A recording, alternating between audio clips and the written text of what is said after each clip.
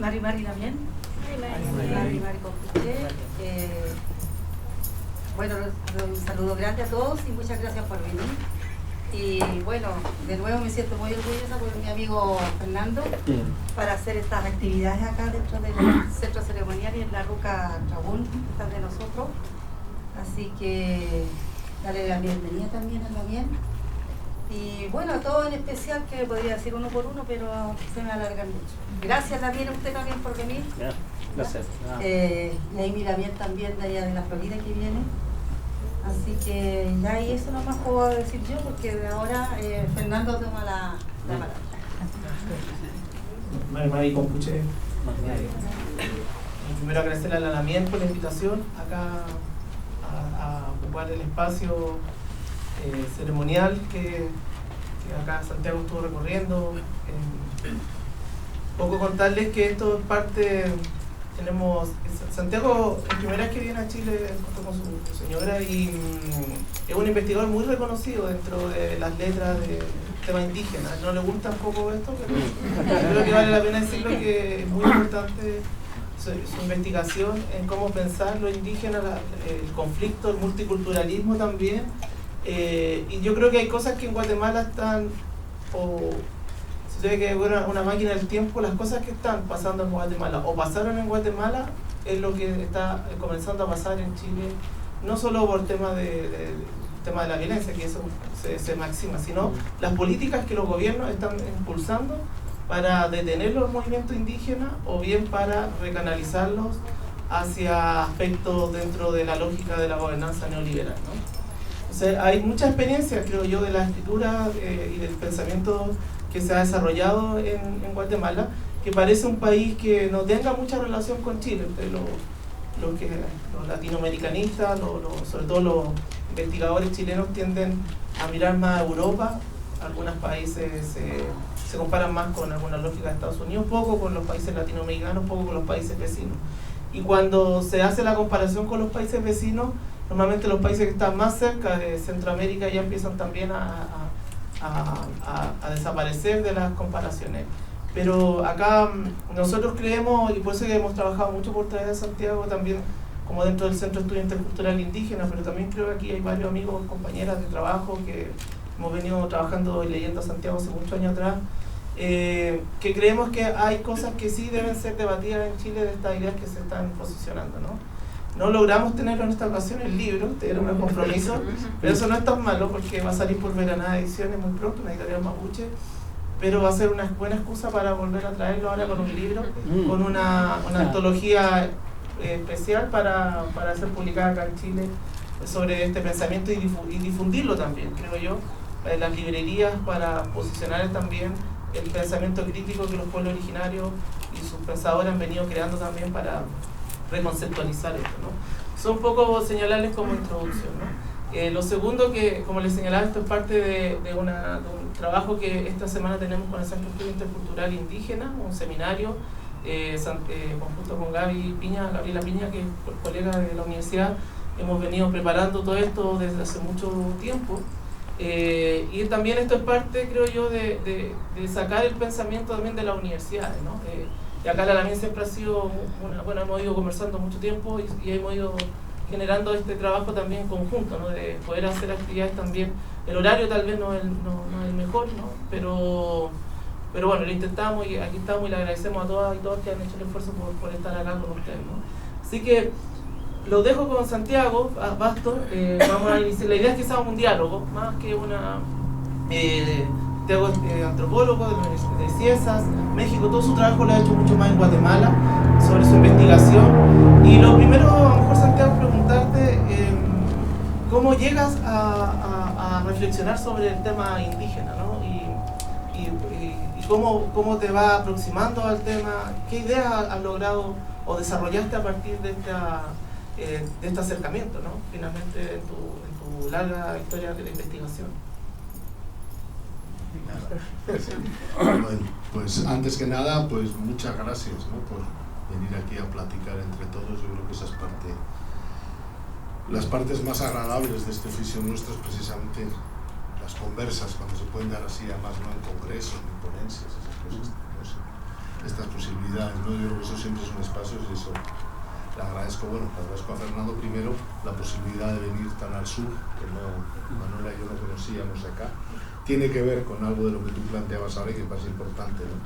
Nosotros hemos trabajado siempre en Guatemala y México, y ahí también se mira al norte y se mira un poco al sur, ¿no? O sea, realmente ese diálogo, pues cuando uno puede, lo establece, pero no es normal, ¿no? No es normal. Y yo no sé hasta qué punto eso sería lo primero a discutir. Realmente lo que está ocurriendo en Guatemala puede ser ejemplo para acá. Yo creo que aquí hay muchas cosas que son ejemplo para lo que pasa en Guatemala también, ¿no? O sea, ahí hay historias cruzadas, historias ahí que se comparten, y desde luego yo ya se lo dije a él y a Gaby, que yo he venido aquí a aprender, ¿no? A enterarme un poco precisamente de primera mano cuáles son las discusiones, cuáles son las preocupaciones, qué es lo que está ocurriendo, ¿no? Entonces por ese lado yo les agradezco a muchos y espero que establezcamos aquí un buen diálogo entre todas y todos, ¿no? Porque la pluralidad de voces siempre es un lujo, ¿no? Para entender. Y bueno, pues ¿cómo se acercó uno a esto? Pues a ver, ¿no? Esas cosas. Yo puedo decirles solo así un poco rápidamente, autobiográficamente, que mi compañera Manuela y yo salimos de España después de terminar de estudiar la carrera de Historia.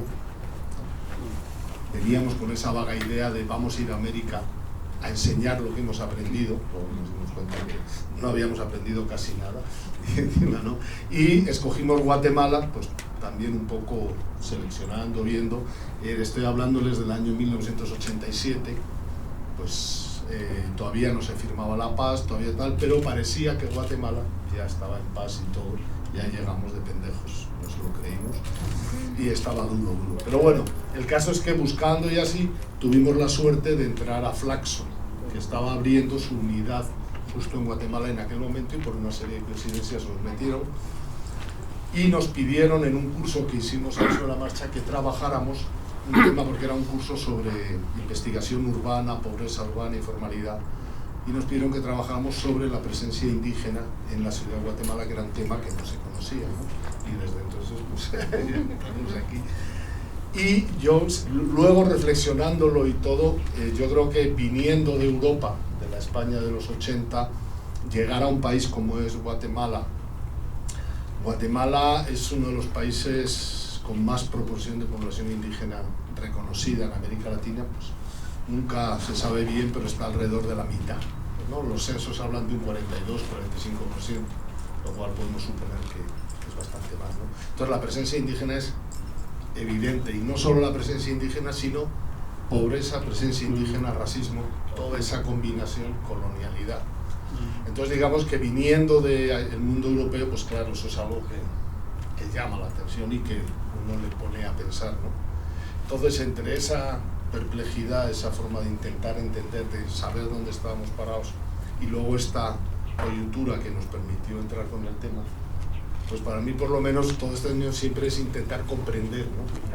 Comprender yo, aparte de las investigaciones que siempre han estado más del lado, bueno, después de aquellos inicios con la parte urbana, tuvimos otra de esas casualidades de la vida, el año 92, el 5º centenario,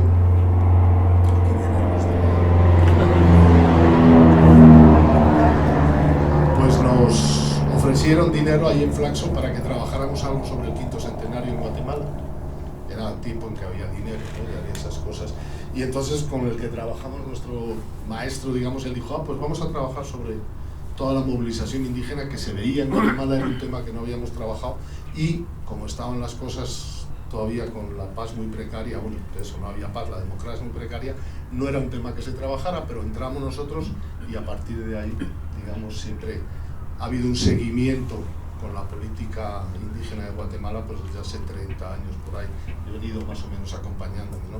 Pero aparte de eso, lo que yo siempre intento reflexionar, y aquí hay una mujer, ella fue estudiante mía en Chiapas, ¿no? Mari, ¿no? Siempre intentando reflexionar qué implica, qué es eso de ser indígena, de no indígena, ¿no? Yo le llamo ahora la dimensión étnico-racial de las sociedades latinoamericanas, ¿no? Cómo se construye, qué es lo que lleva, ¿no? Y ahí también, pues una de las cosas que me interesa más de aquí es precisamente esa posible combinación, qué es lo que hay de común y qué es lo que hay de específico en cada país, ¿no? ¿A qué se debe cuál es la historia que lleva a esas situaciones, cuál es la geografía, ¿no? O sea, aquí están, ustedes con la cordillera ya están acostumbrados, ¿no? Pero es algo que desde luego imprime, imprime carácter. Entonces, bueno, que yo dejo ahí. Muchas gracias. Santiago acaba de presentarse, que esa es la dinámica mapuche, es una forma de poder, porque normalmente los mapuches en la conversación van dándose a conocer, ¿no? Entonces, ya los hermanos y las hermanas que están acá saben de alguna manera de dónde viene y cómo se presenta y se expone, ¿no? Ustedes en esta idea. Ahora podemos entrar más a la temática. Yo creo que sería interesante poder desarrollarnos el tema del racismo. Eso yo creo que es algo que acá en América Latina es parte de la fundación del continente, ¿no? Como que el racismo está ahí. Y acá en Chile el racismo se modifica, ¿no? Yo creo que se adapta según el contexto. Hoy día parece más sutil, parece que no hay racismo, pero venimos del primer proceso convencional, donde yo creo que una de las primeras formas de tener el proceso o de virtuarlo fue a partir de un racismo muy brutal, un encuentro muy abierto, si bien no hubo matanza de indígenas, pero sí físicamente se pusieron los estereotipos de nuevo, el rostro, ser indígena, ser mujer indígena, la forma de hablar, los contenidos. Entonces, sería bueno a lo mejor poder saber cómo observan o cómo ha trabajado el racismo, qué entiende por racismo y cuáles son sus vertientes que va adquiriendo para nuestro continente. Eso es de examen doctoral. No, pues voy a hacerlo, llamarles aviso, voy a platicar un poco provocando, ¿no? Polémicamente también, para que... Pues fíjense, nosotros ahí, Guatemala, como tenemos una impronta académica gringa, o sea, el imperialismo cultural en Guatemala es muy fuerte. De hecho, la academia, la antropología guatemalteca fue durante mucho tiempo manejada directamente por los gringos. Y entonces había una cuestión que eso también en México se dio, no sé qué exactamente, la idea de que lo que había en América Latina no era racismo. O sea, académicamente y políticamente se manejaba de otra manera. Entonces, por eso era que las diferencias en Guatemala se decía mucho, ¿no? Las diferencias entre indígenas y ladinos son diferencias culturales, no son ni raciales ni políticas, solo culturales, ¿no? Claro, eso es siempre muy difícil de mantener, pero se manejaba así, ¿no? Entonces se hablaba de la diferencia étnica y algunos hablábamos de la desigualdad étnica, porque era la manera de decir, o sea, yo siempre lo planteaba ahí en Guatemala cuando hablamos, a ver, si lo que hay entre indígenas y ladinos es una diferencia meramente cultural, no estaríamos aquí sentados y no llevaríamos años discutiendo este tema. Lo que hace que sea un tema problemático es la desigualdad, o sea, es el racismo, o sea, eso es lo que le da la clave, ¿no? Si tuviésemos que hacer, si este mismo, por poner un ejemplo, fuese un cónclave entre españoles y catalanes, por poner dos identidades étnicas, no hay un caso de desigualdad estructural entre españoles y catalanes, hay un caso de desigualdad política, de dominación cultural, pero no una forma en que está establecida la sociedad, ¿no? Entonces, bueno, para mí el racismo es una manera de llamar a esa desigualdad. A mí me costó aceptar el término por esto que estoy contando la anterior, y porque para mí hay un peligro, y eso ya sí lo planteo así, que es que el racismo, como otras formas de estudio de la desigualdad, suele ser dicotómico. Y la complejidad étnico-racial es más compleja que lo dicotómico. Una de las cuestiones que yo planteo y que pregunto aquí hasta qué punto eso sería posible, es que en Guatemala, para entenderla étnicamente o racialmente la sociedad, no podemos hablar solo de indígenas y ladinos. Esa es la ideología étnica que ha llevado allí. Y si miramos la sociedad guatemalteca, tenemos que entender por lo menos mayas, indígenas mayas, ladinos mestizos y blanco criollos. Analíticamente no son lo mismo los blancos y los mestizos. Su manejo del poder, la estructura y todo eso hace que, para entender ciertas dinámicas políticas, sociales, o esto mismo que estamos viendo acá, haya que pensarlo así, porque si no, escondemos otro tipo de dominación. Entonces, bueno, yo ahí lo dejo, que ya ha habido alguien que ha caído en la provocación. Sí, ya. Mi nombre es Ponciano Cadrina y mi área de especialización es más sociopolítica, ¿ya? de mi experiencia, como le comenté a usted hace muchos años. Pero me surge una pregunta, porque la conmovisión del pueblo mapuche, nación mapuche, hoy día con el Estado, su visión, su mirada es de igual a igual y de poder a poder. La conmovisión mapuche. Ese es el tema central. Y tiene un eje eso.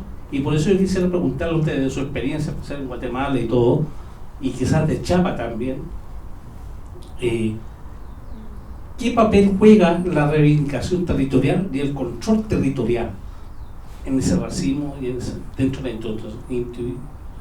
lo que el Estado, ¿no es cierto?, cómo nos ve? Entonces, ¿qué papel juega el aspecto territorial en toda esa, lo que usted está planteando a nivel de la región de América Latina? Esa es mi primera pregunta. Lo otro que a mí me interesa también y que hay que ser más atingente hoy día, y voy a tomar el siguiente ejemplo del Banco Mundial. El Banco Mundial tiene toda una política operativa de pueblo indígena y global. Entonces, cuando el Banco Mundial tiene una política operativa a nivel global, ¿no es cierto?, eso tiene implicancias geopolíticas y geoestratégicas en el nuevo orden global. Entonces, mi pregunta es esa, y cuáles son los alcances hoy día, de acuerdo a su experiencia investigativa, geopolítico y geoestratégico de la temática indígena en el nuevo orden global, teniendo presente, como usted dice, que se mira para el norte Estados Unidos, ¿no es cierto?, y se mira China, ¿no es cierto?, que son los dos ejes, digamos, donde se mueve el tema de poder global, digamos. Eso nos preguntamos por el momento. Bueno, yo lo respondo con una condición. No, yo lo respondo, pero con la condición de que luego ustedes me respondan a ese aquí también, ¿no? Porque yo quiero saber. Sí, abierta. Mira, bueno, primero la cuestión territorial, bueno, pues eso yo creo que es evidente. El dominio, el Estado moderno se basa en el control territorial. No hay Estado sin territorio, o sea, es administrar un territorio, entonces eso es básico. Yo creo que hay una diferencia y que tiene mucho que ver con el territorio en la conformación étnico-racial guatemalteca y la chilena. En la conformación precisamente social de esta diferencia, y tiene que ver con lo territorial, es que el Estado guatemalteco y el mexicano, aparte, se fundan sobre la existencia de unos pueblos previos a los que se dominan y hacen de ese dominio el eje de la estructura social. O sea, Guatemala está basada históricamente en dominar al indígena y que el indígena sea quien trabaje. Y eso fue en la colonia y luego siguió. Y entonces eso exigía un control territorial sobre donde estaban asentados esos estados previos. Y entonces ahí la sociedad guatemalteca está imbricada por la sociedad maya. La sociedad maya está imbricada con la guatemalteca. Cosa que aquí, por lo que entiendo, no están. Hay otra forma, ¿no? Precisamente territorialmente los mapuches estuvo fuera de los chilenos mucho tiempo y ya luego se incorporó, pues todos sabemos, y ahora mismo, por lo que yo veo, los mapuches está también muy inserto en la sociedad chilena, ¿no? Pues estamos aquí en Santiago, en territorio mapuche, ¿no? Pero digamos, sí, el control territorial, y por eso también la demanda de autonomía territorial es básica. La cosa es qué implica autonomía territorial en cada lugar. O sea, eso yo creo, ahí por ejemplo es muy diferente en México y Guatemala. Y me imagino que aquí, que ahora yo les voy a preguntar eso, cómo se maneja la autonomía territorial o qué, es muy diferente, ¿no? También, por otro lado, es muy interesante, porque eso sí que me parece que es un caso que dentro de la política, cuando en Guatemala, en final de los 80 y principios de los 90, la guerra que venía de antes ya empieza a bajar, se empiezan a abrir espacios y las demandas indígenas que se venían haciendo desde los años 70, pues se metieron en el conflicto armado, ¿no? Pues tuvieron que bajarse como tales demandas indígenas, pero al mismo tiempo lo indígena y los indígenas fueron parte de todo ese proceso. Y en los 80, segunda mitad, pues ya empieza a abrirse el espacio. Y entonces ahí lo que se plantea es que si estamos en un país pequeño, la mitad de la población es indígena, el territorio también, directamente no se plantea tanto un dominio de una pelea desde nuestro territorio, sino por todo el Estado. O sea, lo que queremos es hablar como pueblo maya de tú a tú con el Estado guatemalteco. Es el punto. Que el pueblo maya es una combinación de 21 pueblos. ¿no? O sea, realmente fue una propuesta política de aquel momento porque estaba la posibilidad de negociar con el Estado tú a tú. Entonces había que generar incluso, luego podemos ver hasta qué punto aquello funcionó, ¿no? Ideológicamente, la idea de lo maya, porque a nivel popular la gente decía, no, yo no sé qué es eso, ¿no? Los mayas son los de los museos, ¿no? Pero bueno,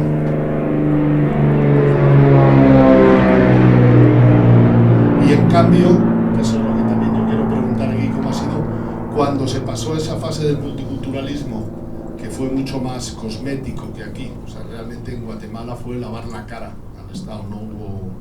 Cuando se pasó esa fase y lo que vinieron fueron todas las políticas de despojo extractivista, ahí el territorio adquirió mucho más fuerza, porque ya era el territorio de cada comunidad el que estaba amenazado.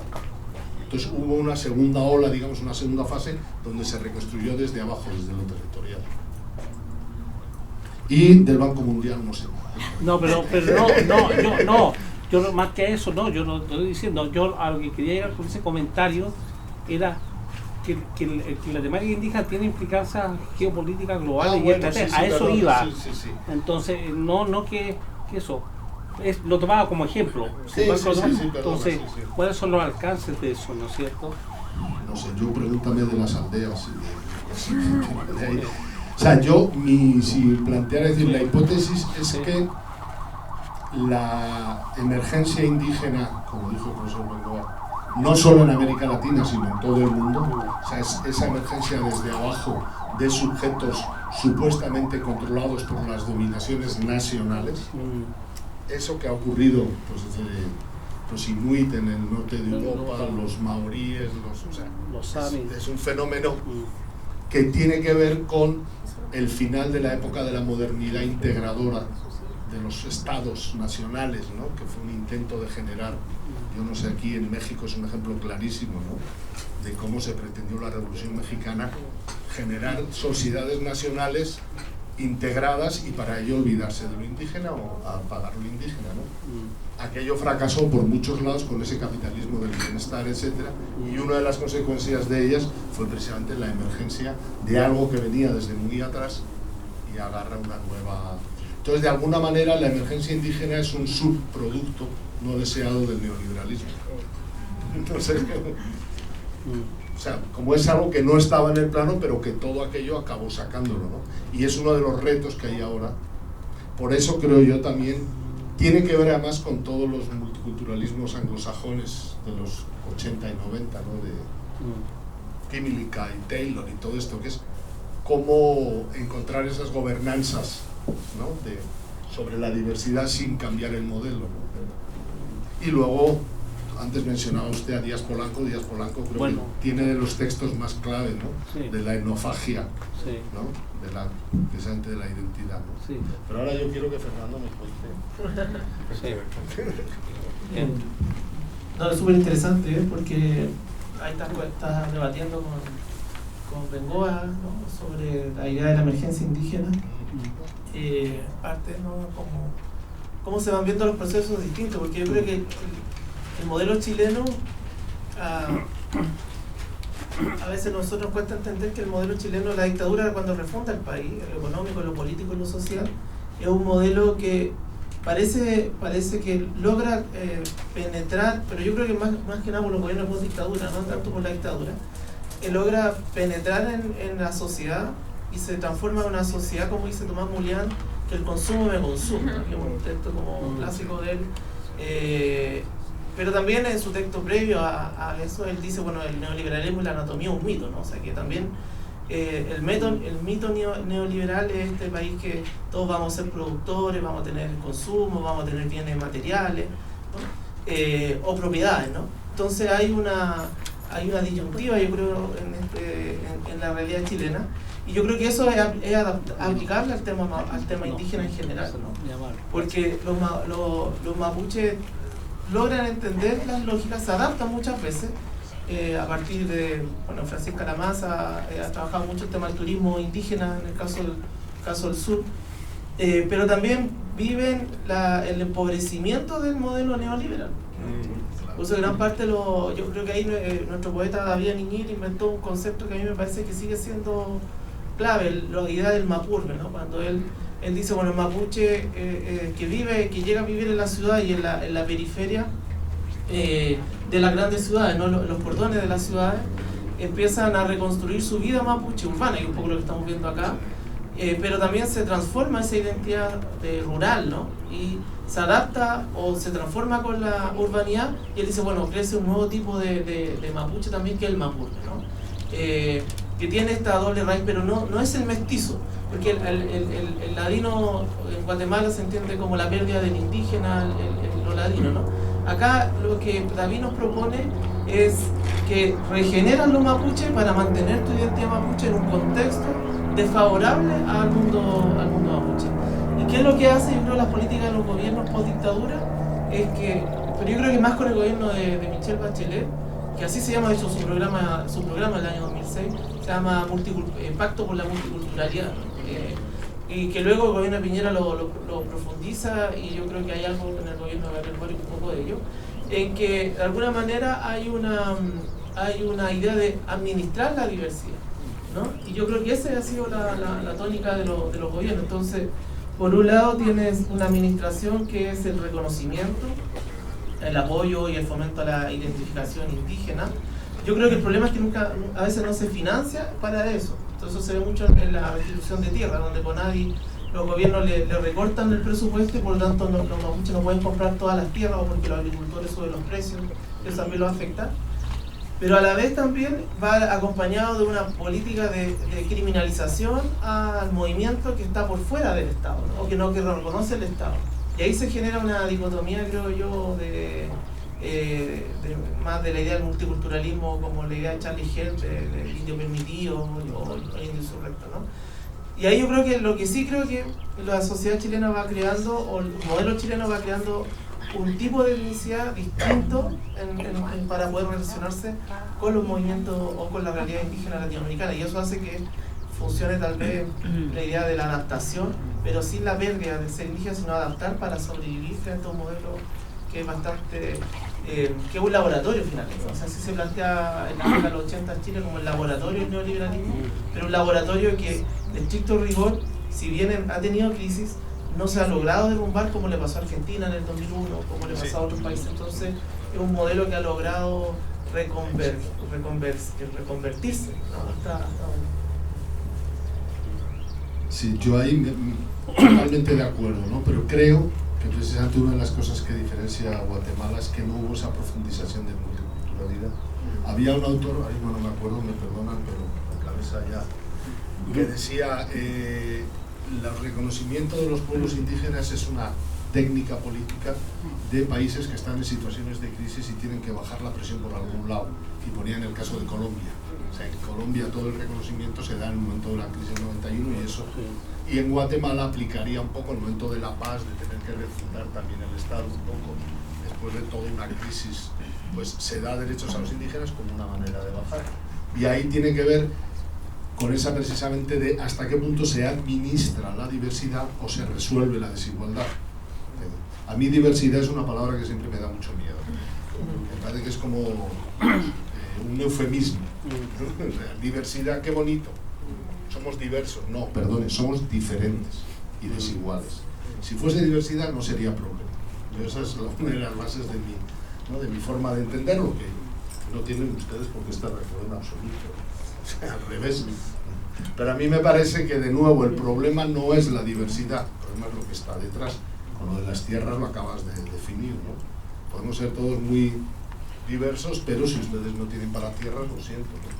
En Guatemala también, con la firma de la paz, se hizo todo un programa que suponía que era para dotar de tierras a toda la población guatemalteca, indígenas y no, que no tenían, y como coincidió justo con la crisis del café, que fue una crisis mundial, en Guatemala el café era el producto básico, sigue siendo, pero ya no tanto. Lo que aprovecharon es ese programa de fondo de tierras, aprovecharon todos los finqueros cafetaleros para venderle al Estado tierras que a ellos ya no les servían. Y luego entonces se las vendían a los indígenas y encima sacaban plata. O sea, es un programa que va ahí al revés, ¿no?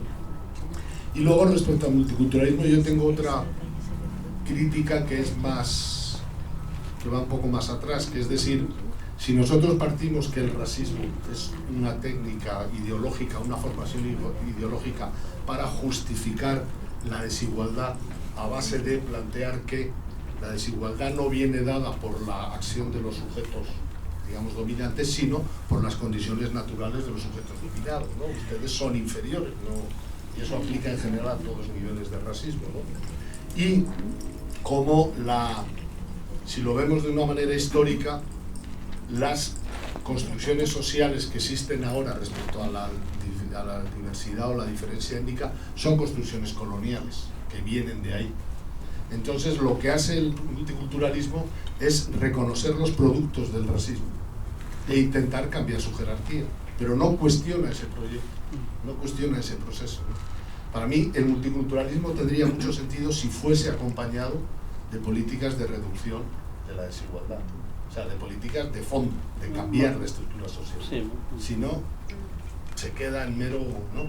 Y ese para mí es un punto, ¿no? Ya digo, que se puede discutir, se puede platicar, pero el poder entender cómo se construye la desigualdad ideológicamente permite cuestionar si esa solución es una solución que va a resolver o solo va a administrar, ¿no? Que claro, los estados no resuelven, los estados administran. Eso yo creo que es parte de eso, ¿no? Van a ir saliendo, ¿no? Como van pudiendo. Otra cosa es cuánto puede ser aprovechado por los sujetos de esa política para fortalecerse y para poder vivir mejor. O sea, eso sí, yo creo que es, bueno, pues aquí estamos de hecho en un lugar manejado por ustedes que tiene eso, ¿no? O sea, no hay que ser siempre muy radical, o sea, muy dicotómico, ¿no? Y bueno, lo otro que es otro tema, que yo creo que lo podemos ir hablando estos días, la cuestión de la criminalización. O sea, que eso es una técnica, además, también en toda América Latina, y no solo en América Latina, la judicialización de la política, todo lo que tiene que ver con utilizar, ¿no? los vehículos pues, de la justicia para fines políticos y para fines...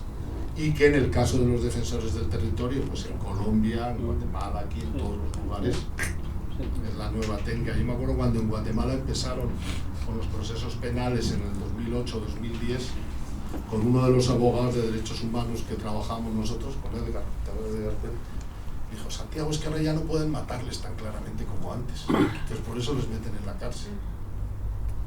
Y eso lo decía un abogado especialista en derecho.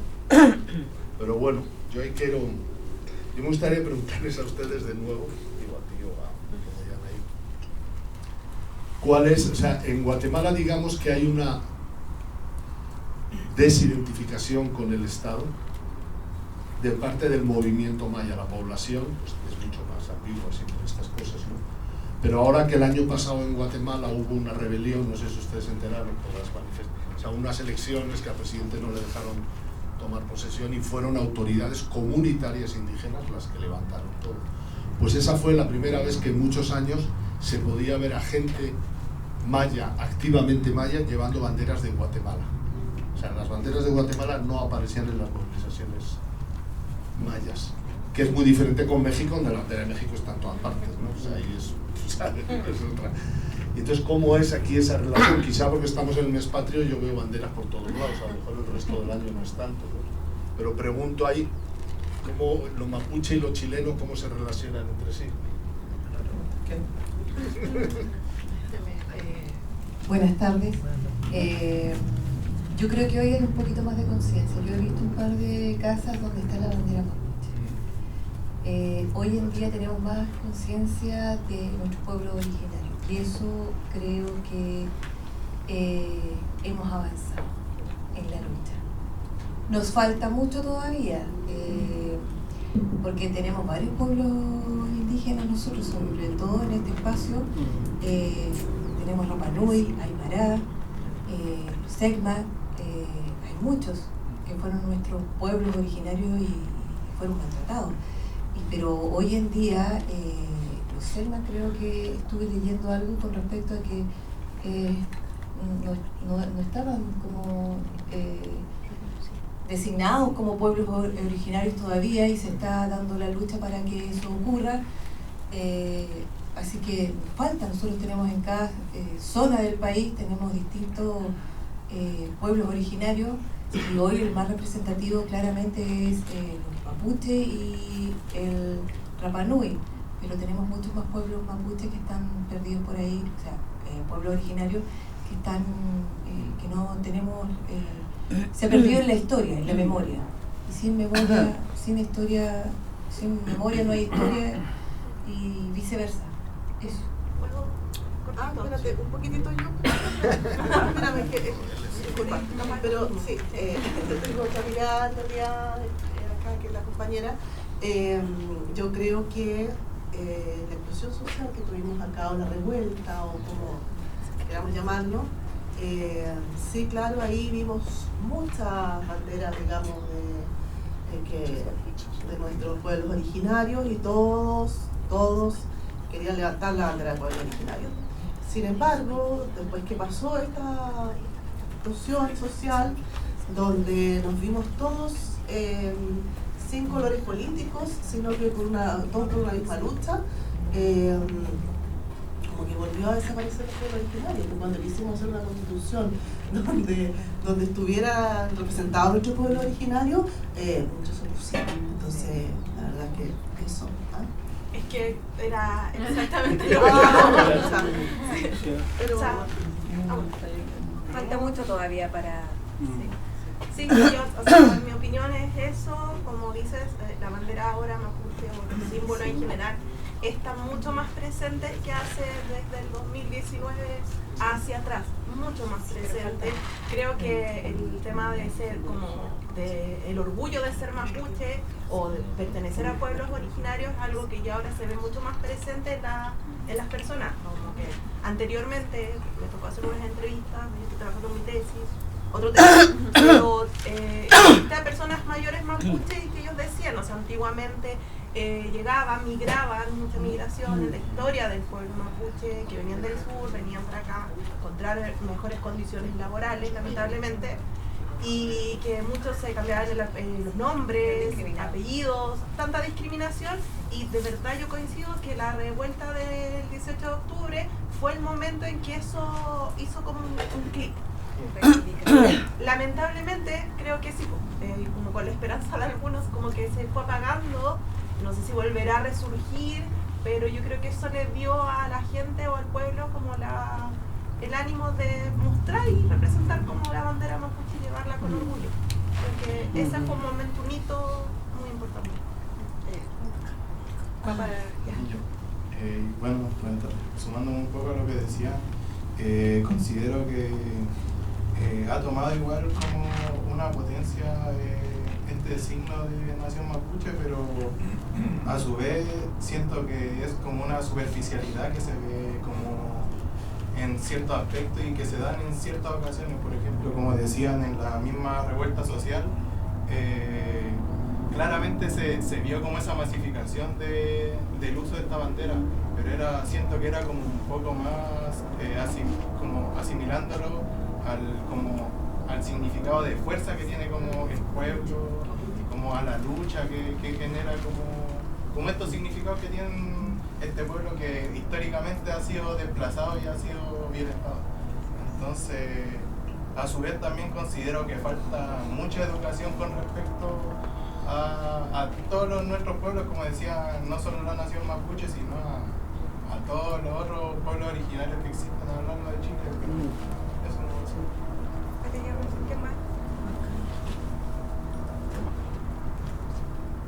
Mari Conduche, Incheta Rayana Cabilla, porque ya caminé. Yo siento que nos falta mucho por caminar, porque con respecto al clasismo siento que sí es muy fuerte aún. Siento que cuando nos miremos de igual a igual, creo que por ahí, y nos miremos de frente, mestizos, mapuches, pueblos originarios, como se está diciendo acá, porque tiene que ver mucho más allá de la simbología, porque una bandera no me hace el ser mapuche. Son muchas las cosas que nos hace ser el ser mapuche. Entonces, por ejemplo, acá la ñaña, la lamina anda con su tuculubún, como quisiéramos nosotras siempre estar con nuestro Tuculugún, por ejemplo. El reconocimiento real que los estados y los gobiernos de turno deberían de respetarnos ese punto, por ejemplo. Porque nosotras vestimos el Tuculugún cuando, en el caso mío, yo me tengo que volver al trabajo, no puedo usar mi Tuculugún, no puedo andar con mi Tuculugún, por ejemplo. Porque claramente en mi trabajo no tiene que ver con mi ser mapuche, no sé si se entiende. Por lo tanto, creo que en esos aspectos nos falta mucho por caminar. También cuando uno habla de lucha, de que el pueblo mapuche ha sido guerrero siempre, también se piensa mal. Siento que todavía hay conflictos ahí porque existe mucho la institucionalidad en donde están nuestros lamien, ya sea de todos los pueblos originarios también, que tienen que ver y que bailan al son de los estados, a los gobiernos de turno, debo decirlo. Entonces también ahí siento que sí, hay que hacer chaugún, hay que hacer conversaciones, pero hay ciertos parámetros, hay ciertas conversaciones, hay ciertos luchas que nosotros como pueblos, en mi caso como pueblo mapuche, debemos de ser de alguna manera, que debe existir una autonomía. También siento que hoy en día, o en la historia, a lo largo de la historia, se nos vio de flojos, se nos dijo que éramos ladrones, alcohólicos, etc. Hoy en día somos narcotraficantes también. Entonces, todo eso, ¿cómo paramos esas falta de respeto, falta a la educación, como nombraba él también, o bueno, eso, creo que nos falta todavía mucha conversación, mucho respeto y mucho entendimiento desde una mirada del ser mapuche y desde la mirada de la cosmovisión mapuche, porque los que están luchando, los que están presos por algo, ¿sí? Y claramente tampoco, ¿cómo decirlo?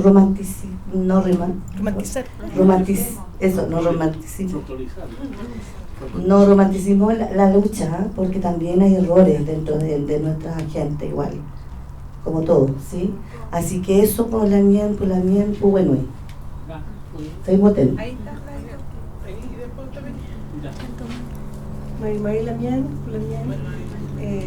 Michelle Nuriluz, Hermosilla, yo soy arqueóloga y trabajo hace tiempo con diferentes comunidades en lucha, no desde la institucionalidad, sino que desde el apoyo a las comunidades, desde mi profesión. Entonces, siento que aunque hay un esfuerzo importante por preguntar qué está pasando acá, cómo ven ustedes, etcétera, pienso que igual se está hablando desde la institucionalidad, desde el dominio, ya sea en la Universidad Católica, en Flaxo, o lo que sea, se habla desde el dominio, porque en el fondo como que aparecen fenómenos culturales. Entonces dice, los pueblos emergen. Los pueblos no están emergiendo, siempre han estado. Lo que pasa es que emergen a la mirada del poder. Sí. Igual como los derechos humanos, por ejemplo, siempre están ahí, pero emergen cuando son atropellados. Entonces, en ese sentido, creo que aquí es muy importante empezar a hablar ya de la nación mapuche. Lo primero que se preguntan cuando uno habla de la nación mapuche, dice, bueno, pero tiene un congreso, están organizados, pueden presentarse. No hay que mirar eso, hay que mirar a la nación mapuche como la gente que tiene derecho a existir. Ese es un derecho que se ha negado durante 200 años, a pesar de que en algún momento se reconoció hace 200 años. Se habló de nación a nación en el Tapigüe Coyactú, con un modelo que fue puesto por el pueblo mapuche, y dice, hablemos desde este punto, que es un diálogo que se usaba para resolver los problemas políticos, de nación a nación. Y este es el momento, antes que se cumplan los 200 años, en que el pueblo mapuche sí se está organizando, sí se está autorreconociendo, no es que esté emergiendo, está emergiendo para sí y ante sí. Y nos vamos encontrando, y por supuesto con muchas diferencias, porque es algo que ha sido avasallado sistemáticamente todos los días a través de la televisión, y 200 años de historia también pesan de manera terrible. Y es el gobierno de la élite. Por lo tanto, también ahí se produce un encuentro con las luchas del pueblo champurria, el pueblo mestizo, que no tiene apellidos para esgrimir, decir yo soy indígena. Sin embargo, están en la lucha contra la pobreza, contra el no derecho a existir. Entonces, en ese sentido, cuando se habla del Tapigüe Coyactún, el Parlamento de Tapigüe, que se van a cumplir 200 años, hay que reconocer que es un derecho a existir y no empezar a mirar, oye, pero la frontera la ponen en el Biobío. Eso no es relevante, eso es un factor histórico. Acá también somos picunches, acá somos mapuches del norte. Y esa frontera que se puso, conversemos, ¿qué significa una frontera? No el concepto occidental, sino que el concepto mapuche. La frontera es el lugar donde se unen los pueblos, no donde se separan. Entonces, ahí hay mucho tema para conversar, se han hecho varios trabunes, están en diferentes partes del país, para seguir conversando este tema, porque hay mucho desconocimiento. La educación apunta hacia otro lado. Entonces, eso es muy importante, yo quería ponerlo aquí sobre la mesa, porque es importante también que los profesionales que están aquí en este trabajo pongan su pensamiento no al servicio ya del dominio o de descubrir qué es lo que emerge, sino que al servicio de las luchas de sus pueblos. Eso.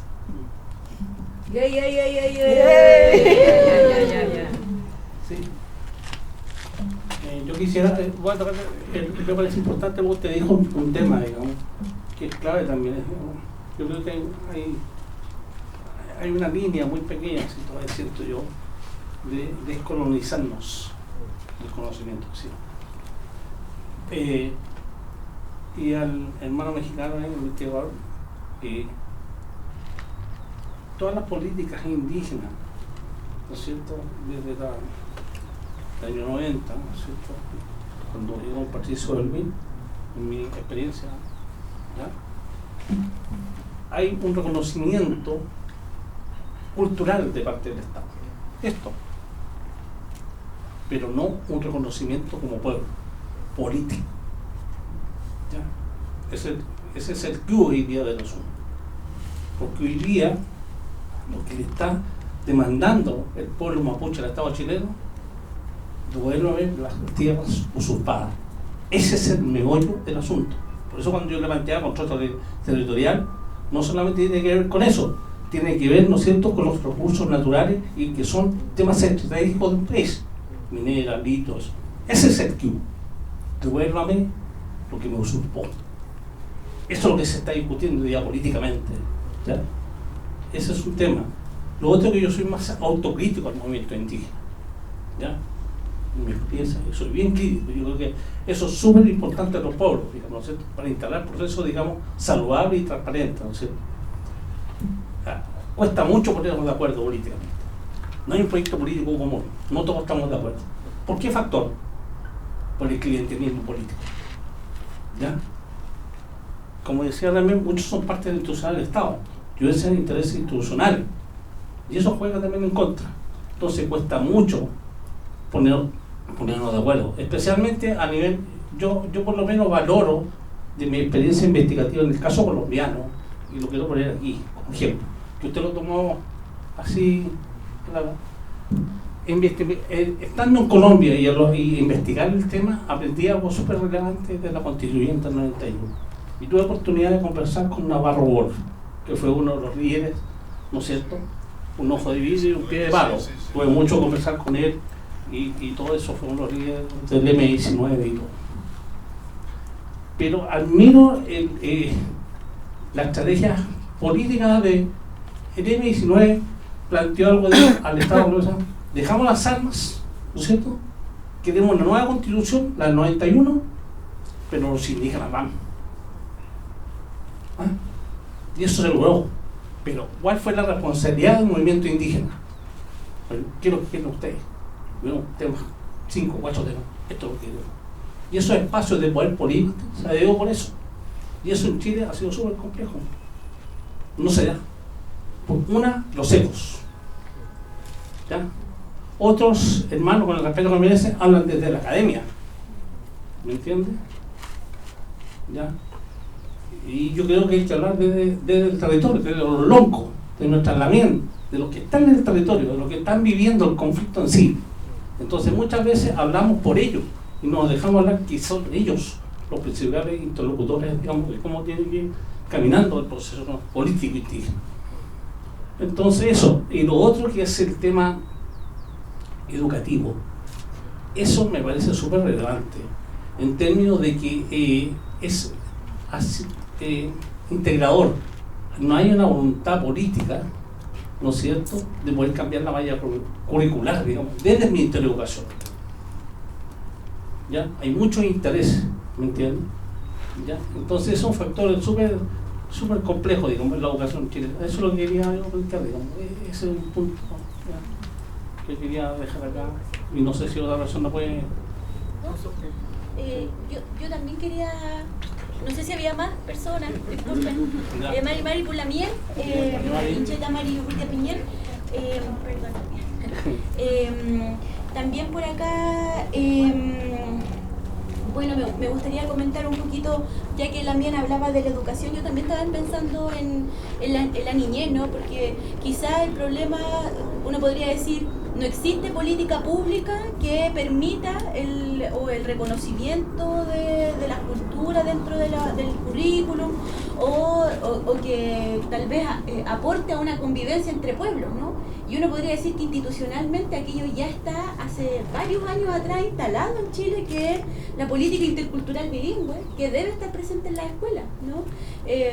Cada escuela, y lo hablo desde la educación, ¿no? Porque es desde allí donde yo me desarrollo y desde donde yo trato de aportar día a día. Pero cuando uno ve que tal vez esta relación que usted pregunta, profe, sobre la relación mapuche y los chilenos, tal vez es aún más abrupta cuando sabemos que institucionalmente sí hay normativa vigente para que dentro de las escuelas se reconozca el mapudungún, que dentro de las escuelas se enseñe el mapudungún, que dentro de las escuelas se nos pase cursos sobre nuestra cosmovisión, de nuestro idioma, de nuestro tupulugún, de cómo vestirnos, de incluso de la historia de nuestras comunidades o de los pueblos en general. Pero aún así existen muchas deficiencias, ¿no? Deficiencias a nivel administrativo, en donde en escuelas que son de corte, que se le han llamado escuelas interculturales, ¿no? Estas escuelas que tienen que tener el 20% de la matrícula de niños y niñas, y que se le llaman escuelas interculturales, pero en su interior los discursos y todos los testimonios de muchos niños y niñas apoderados de esos estudiantes lo que dicen es que justamente no se les respeta hablar mapudungún al interior de la escuela, que cuando se pasa mapudungún se pasa del quiñe al mari, ¿no? Del 1 al 10, y eso basta en la numeración en mapudungún, de que cuando quiero hablar mapudungún o el director o directora nos llama al interior para citarnos al apoderado, se nos llama y no se nos habla en mapudungún, aun cuando políticamente tenemos que el Estado tiene que velar por el reconocimiento de que en esa escuela el director tenga que hablar mapudungún, pero eso no pasa. Entonces, tal vez la realidad es aún más crítica, ¿no? Decirnos, el Estado ya lo reconoció, tiene una política particular en educación, pero aún así tal vez la aplicación de esa legislación es muy deficiente. De hecho, es conocido el caso, ¿no? de este tema del CIMSE, ¿no? El CIMSE el CIMSE es un sistema de medición en educación que todas las escuelas tienen que rendir una prueba. Y hay un área que se ha avanzado hace varios años, que se avanzó hacia el área psicosocial, ¿no? En donde se le preguntan ya al estudiante no solo las materias, lo académico, sino que se le pregunta sobre su situación social y económica. Y en este sentido hay preguntas que se hacen y que son estandarizadas para todo Chile. Con esta pregunta siempre se me marcó en la memoria esta pregunta cuando a un niño se le pregunta en una escuela intercultural en la zona Pehuenche, que es por allá en la región, ¿no? Maya, en la región de la Araucanía. Cuando se le pregunta a niños o niñas pehuenche, desde el CIMSE, se le dice, ¿qué harías tú si en tu casa ves fuego? ¿No? Que es un testimonio que leí en un libro que escribió entre tantos otros autores la Lamien Elisa Loncón. ¿Qué haces tú si en tu casa ves que hay fuego? ¿Qué respondería la mayoría? ¿No? O lo que se esperaría que respondieran, llamo a bomberos, trato de apagarlo, me asusto, ¿no? Porque en mi casa hay fuego.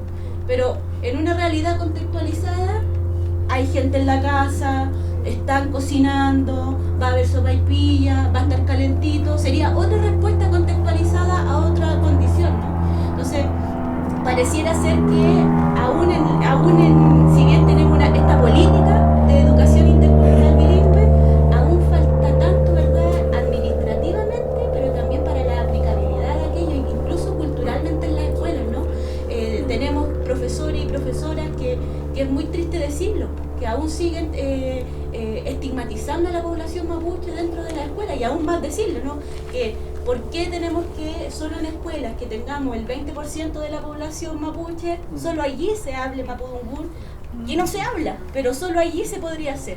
Y eso es sumamente complicado pensando también en las futuras generaciones, porque cuando hablamos de esta trascendencia del movimiento político y hablamos de la relación entre el Estado y el pueblo mapuche, también hay que pensar en la niñez, ¿no? En estos niños y niñas que hoy día están creciendo, en donde si bien en papel se le dice puede hablar mapudungún, pero en la práctica no pueden hablar mapudungún, no pueden tener peuma, no pueden desarrollarse al interior de su escuela porque los programas estatales no lo establecen. Yo creo que sí habría que avanzar, y por eso es que la relación tal vez con esa infancia, con la niñez, también es posible albergarla en una discusión política. Eso, profe.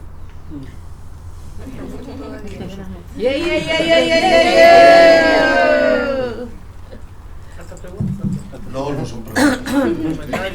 aprendiendo, insisto, ¿no? Y no sé, a mí y ahora escuchándolos a ustedes, me venía a la cabeza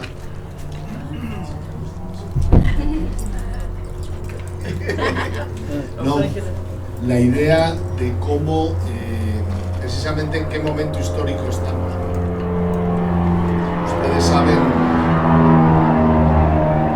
que la situación de colonialidad empezó hace muchos años y ha habido procesos.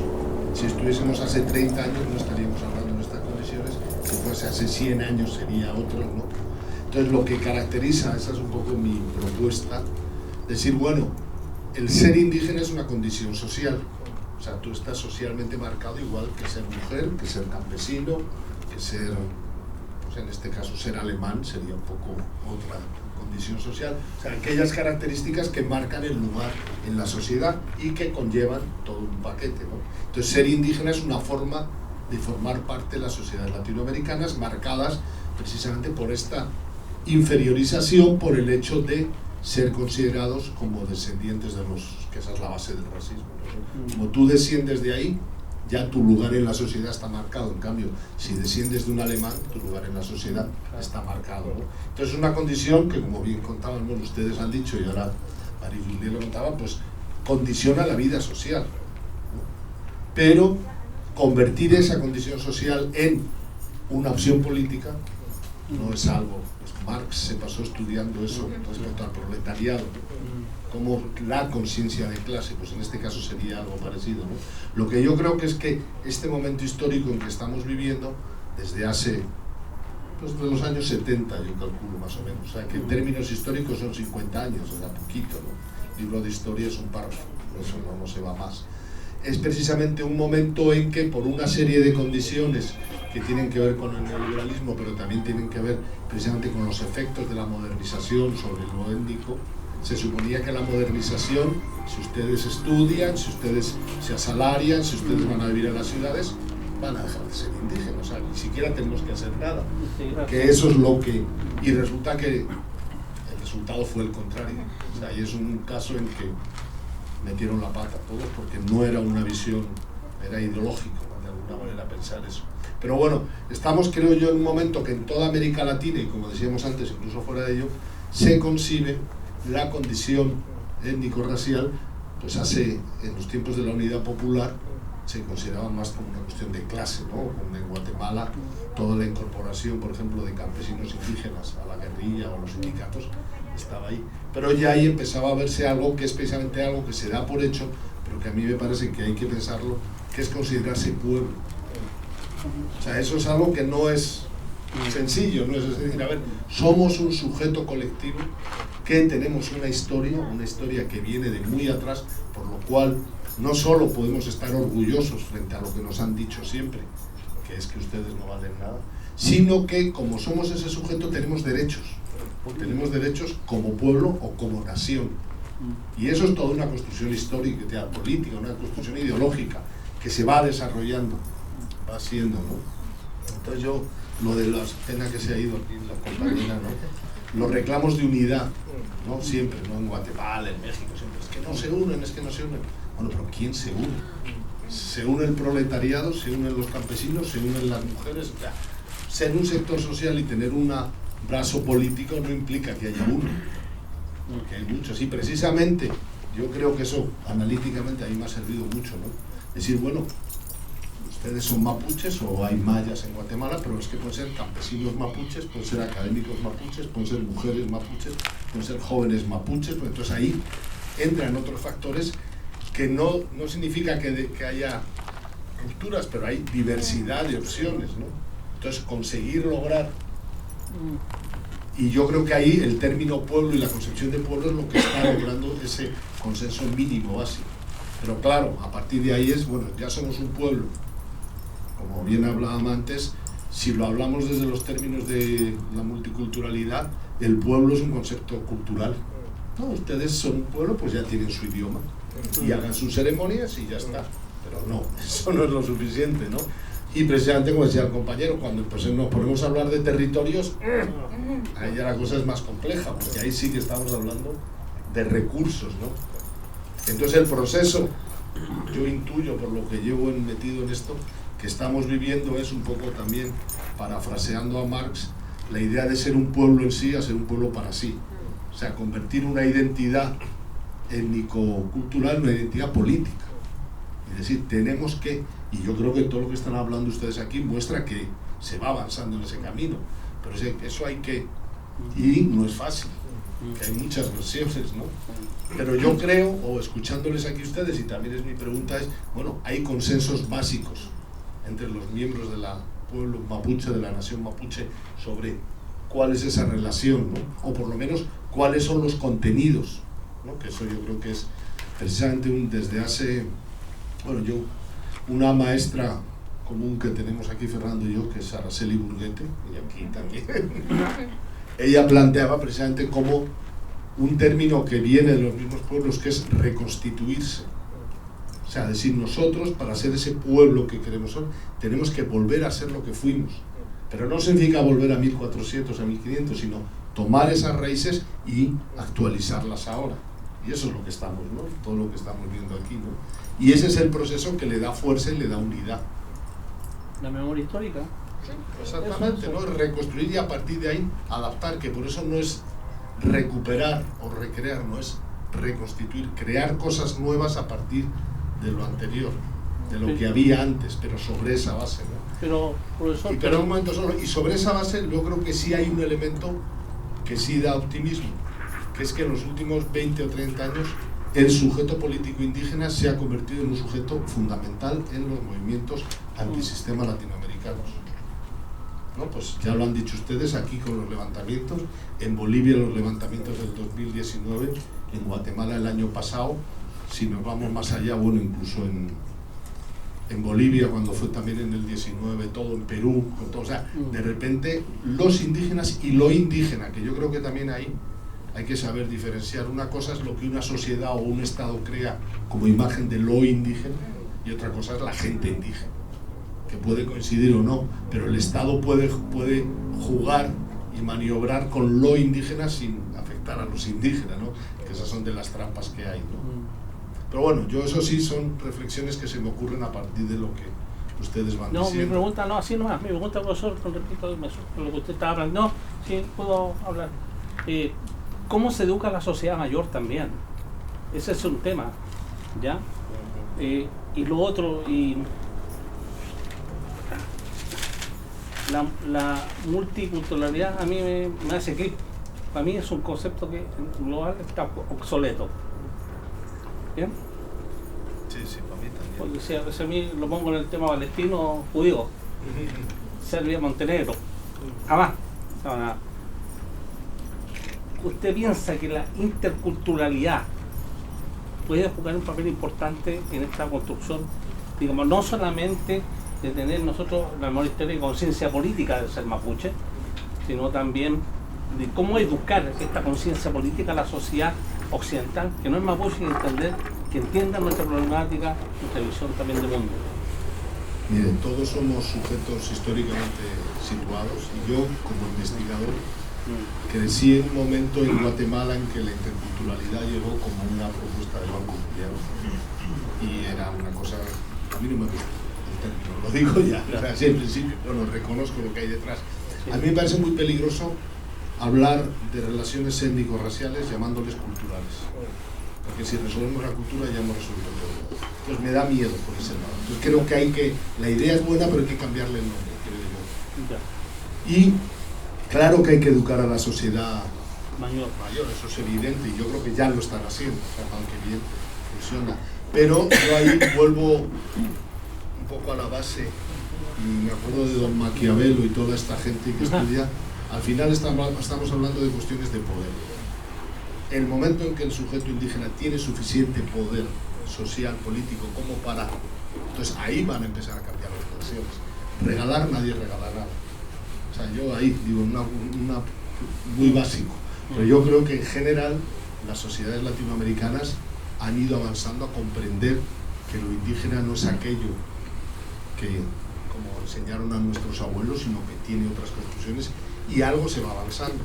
El problema es que esos avances también pues llegan momentos de crisis económica, llegan momentos y el racismo aumenta. O sea, se suponía que en Europa no había racistas ya y está la extrema derecha ganando en todas partes. O sea, digo, esas cosas no son... Pero bueno, yo creo que, yo por eso insisto en lo político, en el sentido de decir, bueno, es una cuestión de poder. Lo que hablamos antes de Cataluña.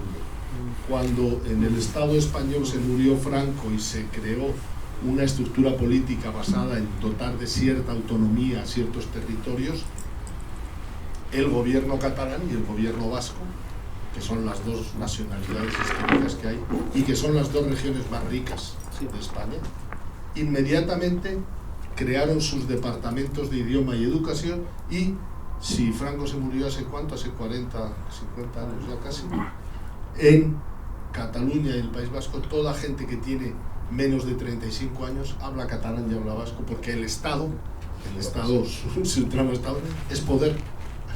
No se me explico por qué, porque la burguesía vasca y la burguesía catalana son quienes manejan ahí.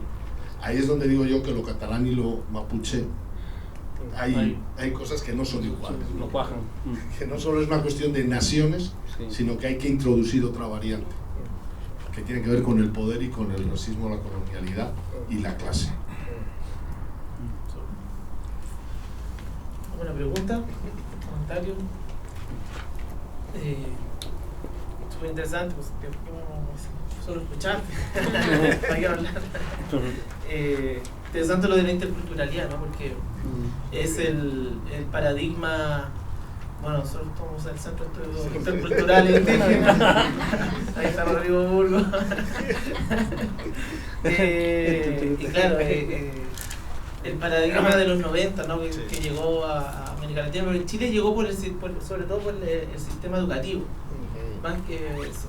Igual Chile es un país que parece que va todo junto, pero las cosas separadas un poco, ¿no? Son medio autónomas algunas.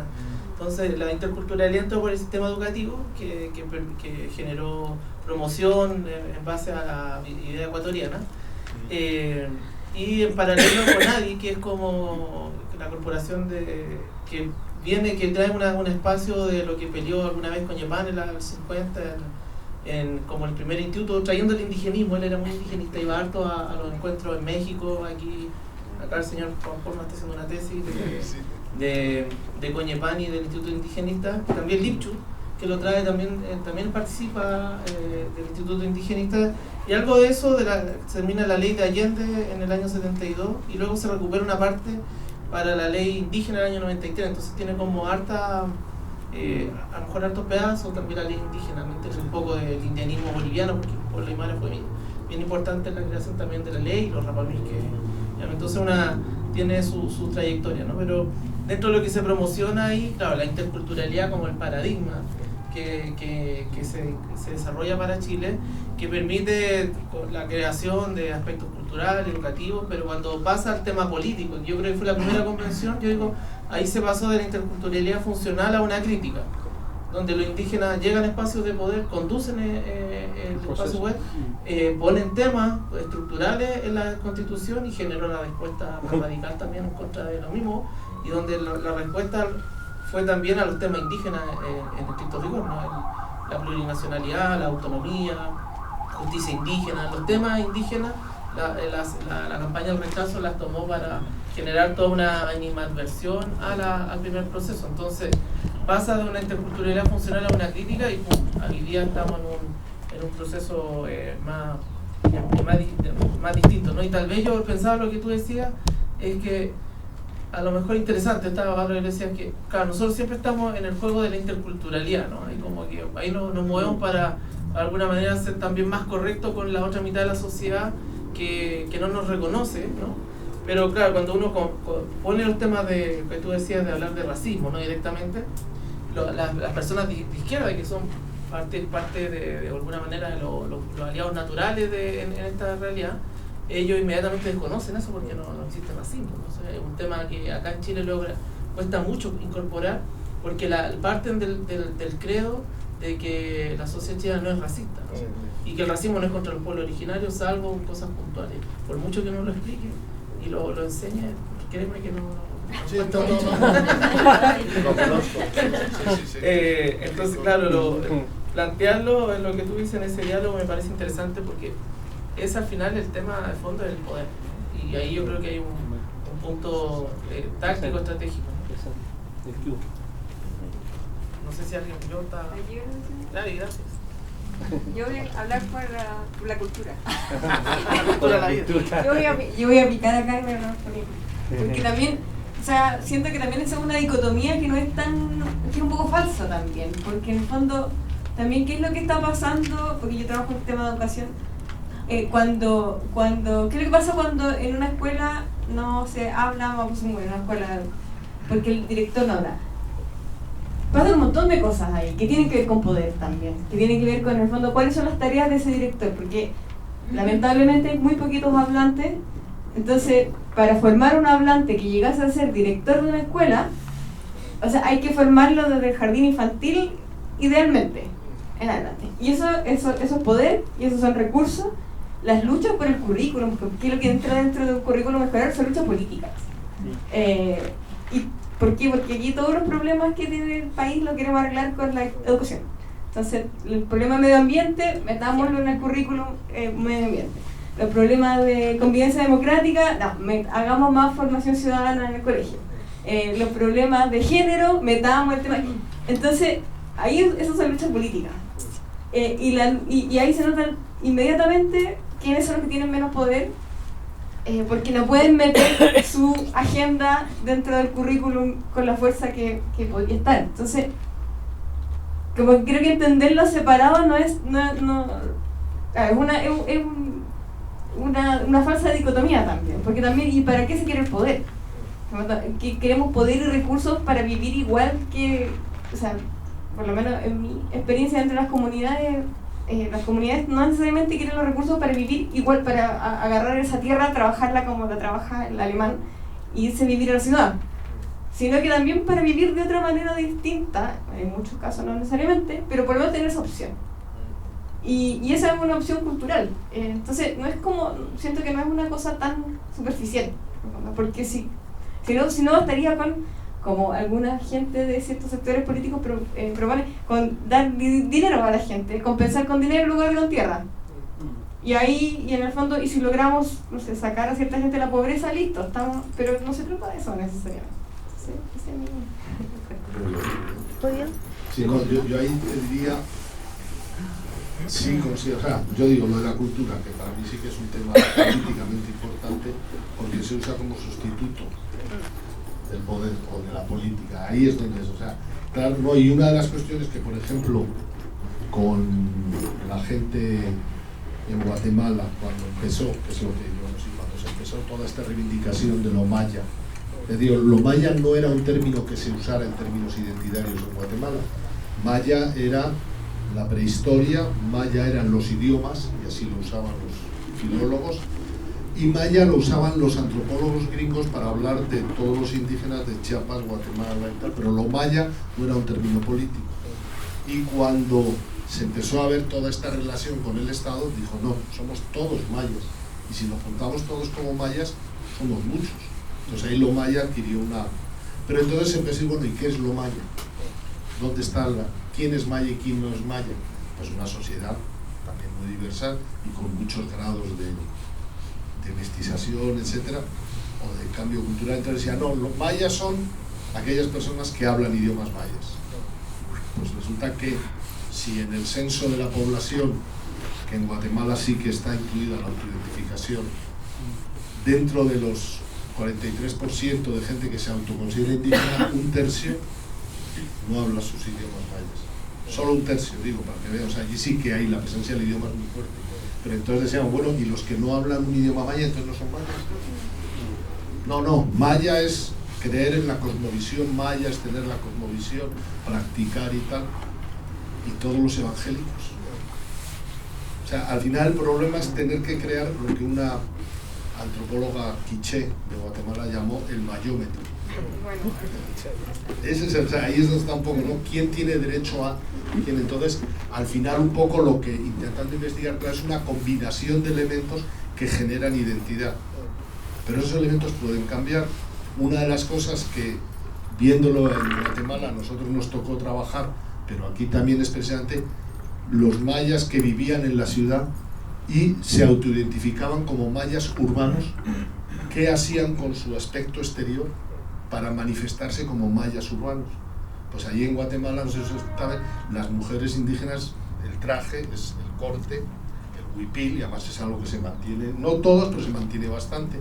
Entonces tú veías que empezaba a haber jovencitas, mujeres que empezaban a llevar aretes, que empezaban a cortarse el pelo, gran cosa, empezaban a llevar tacones, empezaban a tener símbolos urbanos sin dejar de tener su ropa maya. O sea, era una manera de decir, no, yo claro que sigo siendo indígena, no me ladinizo, pero me diferencio de los campesinos o de las campesinas.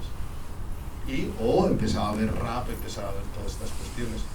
La identidad cambia sus contenidos, pero se mantiene. Nosotros, me acuerdo, había veces que preguntábamos a ciertos muchachos, oye, ¿y tú entonces eres indígena? Es que no sé, porque yo ya no hablo como mis papás, yo ya no trabajo la milpa, pero entonces eres ladino. Ah, no. O sea, no sabían quizá que eran ellos, pero sabían que no habían pasado a ese lado. ¿Qué pasa con esa gente? Yo creo que ahí está bastante del trabajo político, ¿no? Precisamente decir, bueno, pues hay muchas maneras de autoidentificarse, de ir abriendo ese lado, ¿no? ¿Y qué es lo que nos hace?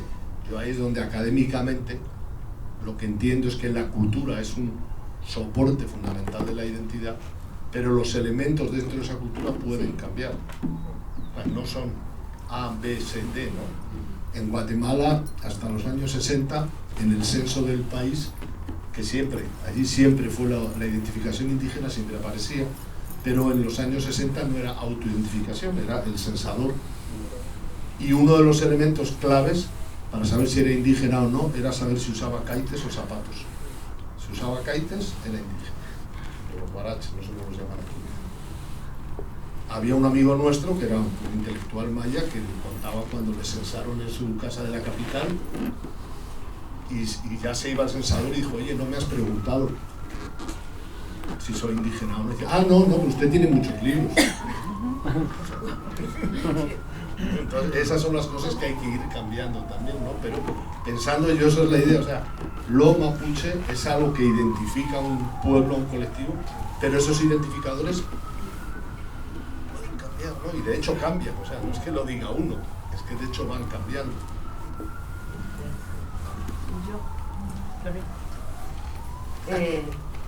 Bueno, como se habló de educación, y ahí yo más o menos, como vivo en Peñalolén, y sé la realidad de la educación de Peñalolén.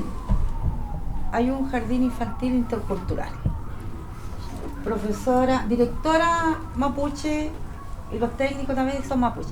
Los alumnos son colombianos, peruanos, de todo. ¿Y el por qué? ¿El por qué? Porque las mamás les da vergüenza que su hijo vaya al jardín mapuche. Entonces yo encuentro que de ahí, ustedes que son académicos, que son de universidades, entonces ahí tienen que empezar a ver para atrás cómo concientizamos, cómo vemos a esas mamás que sean, bueno, también responsabilidad de uno, que por ser, yo te digo, yo soy, primero que nada soy una mujer mapuche, ¿ya? Mi hija, mi nieta y todo.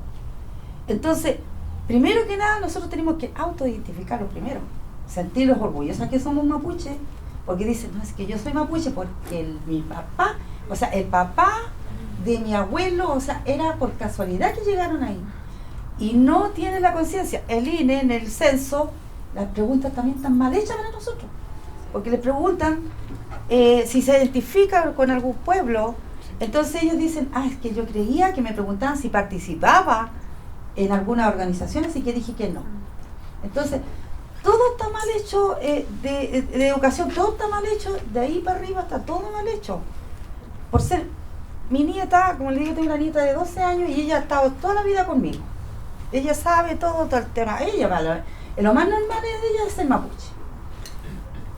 En el colegio le dijeron que tenía que... dice una pregunta, ¿a qué pueblo, con qué pueblo se identifica cuando iba en cuarto básico? Y ella dijo, con el pueblo mapuche. Y los profesores, mandaron a buscar a mi hija y a la pareja de mi hija para preguntarle que por qué la Sofía se identificaba con el pueblo mapuche. Porque no tiene los apellidos visibles. ¿Ya? Después jugó a la pelota. El profesor le dijo, ya, de aquí el próximo viernes tienen que traer inglés del 1 al 10 y mapudungún del 1 al 10. Dijo la Sofía, yo sé. Empezó la Sofía súper chora también, pues. Y el profesor de fútbol también llamó a mi hija para preguntarle por qué mi hija. Entonces yo encuentro que también nosotros tenemos que empezar a concientizar a nuestra gente, a nuestro pueblo, a nuestros hermanos. Imagínate que esto es tan interesante, que me encanta. Por eso yo digo, todo lo que venga de Fernando siempre lo voy a apoyar porque es muy bueno. Pero ¿dónde está mi gente? ¿Dónde está mi gente? Y le agradezco aquí a mi concejal que vino, que siempre ha estado con nosotros, la Pamela. Y que siempre me han apoyado. Pero somos 11 organizaciones. 11. ¿Dónde estamos? Para saber de esto, para aprender de nuestra cultura. Me alegro mucho que el Lamiel lo conocí en una consulta indígena, ¿ya? Y me alegro mucho de que estén aquí, pero por eso nosotros tenemos que concientizar que se identifiquen como mapuche o como pueblo aymara, como rapa, que aquí están, pero desde chicos. Pero las académicas, ustedes son los académicos, son los grandes también, que se hacen los estudios, que estudien cómo. Mira, los colegios, aquí hay 2 colegios interculturales. Hay 5 o 6 colegios de Reeduca que podrían estar, pero hay 2 nomás colegios, ¿ya? Les pagan menos del mínimo. No tienen contrato, ¿ya? No son... Mira, también le exigen que tenía que tener cartón de profesora, ¿cómo se llama? De académica, pedagoga. No tiene. Entonces todas esas cosas son... Bueno, no hablo más porque son muchas cosas que tendría que decir y ya, ahí está nomás, nada más.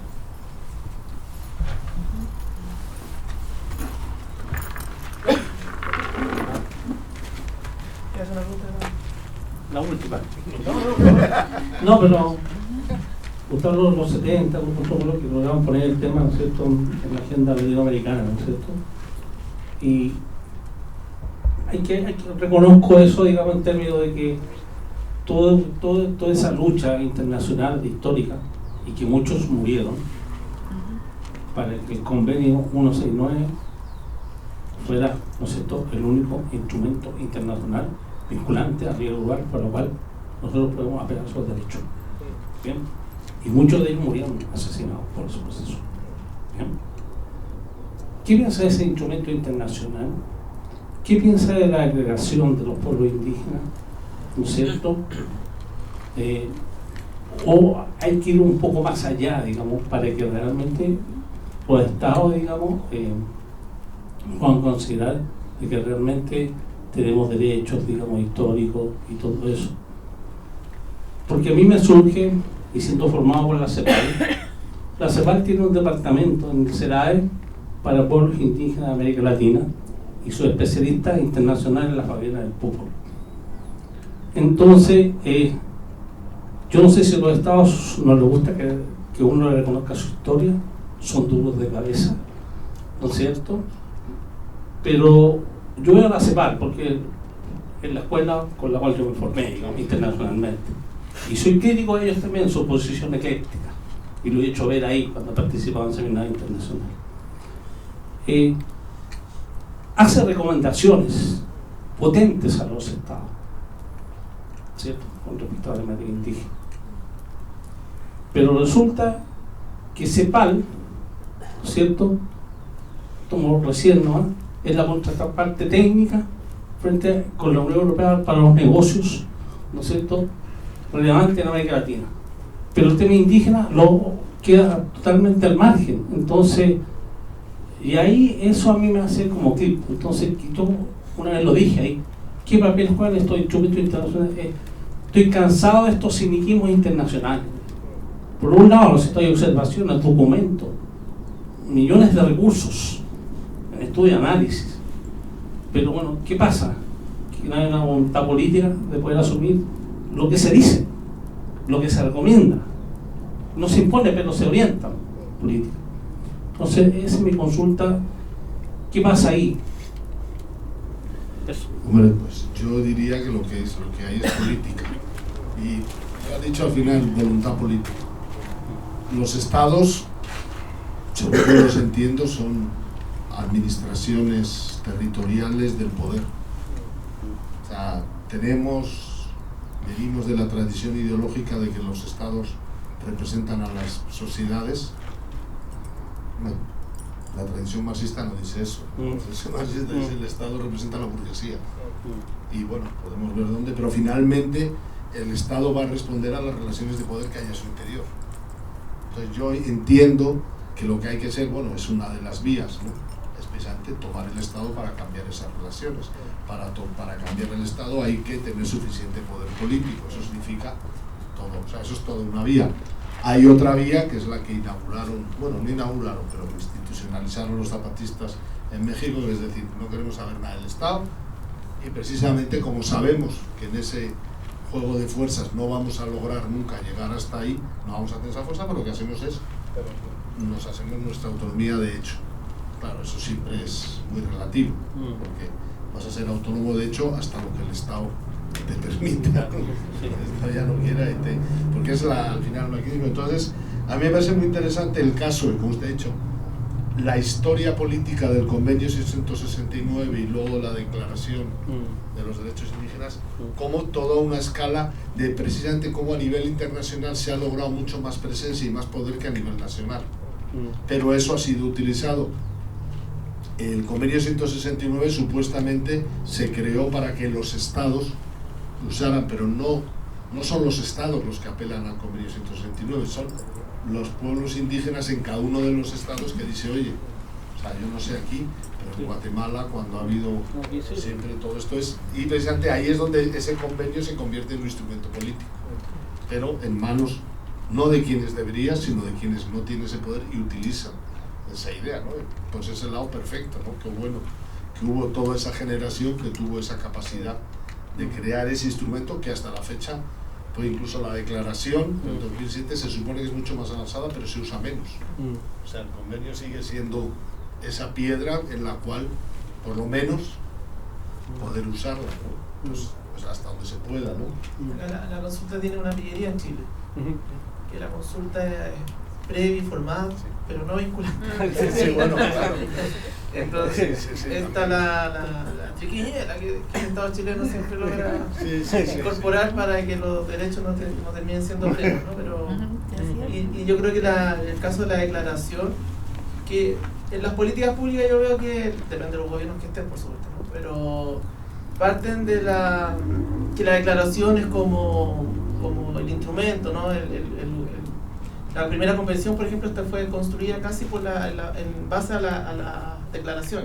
yo diría que gran parte de los artículos que redactaron los constituyentes indígenas se basaban mucho en la declaración porque era el instrumento más avanzado. Pero, por ejemplo, los sectores más de oposición en la convención incorporaron la consulta previa para que se tenía que desarrollar, y eso hizo que gran parte de los indígenas estuvieran un mes de la convención haciendo la consulta indígena, mientras los sectores conservadores estaban en la convención sacando los artículos. Entonces, como que hay en la estrategia hoy día jurídicas también hoy día son como se pueden ocupar también en contra. Eso es lo que sí, claro, ¿no? claro, hay toda una... Ahí se refuerza la idea del multiculturalismo tal vez como oposición. ¿Usted tiene alguna pregunta, comentario? ¿También, por favor? Yo voy a hacer como una pequeña intervención, entre comillas, porque se me enfrió el control ya. Cuando, un pequeño resumen de, por ejemplo, en el estallido social, cuando usted habló de si las banderas se... Aló, María un papá y por la mía conjunción. No voy a hablar así, no, es que no me gusta. Después pueden venir. Para que quede grabado. Sí, estoy en viva. Yo considero personalmente que en el tiempo del estallido social, la bandera fue una moda. Porque no...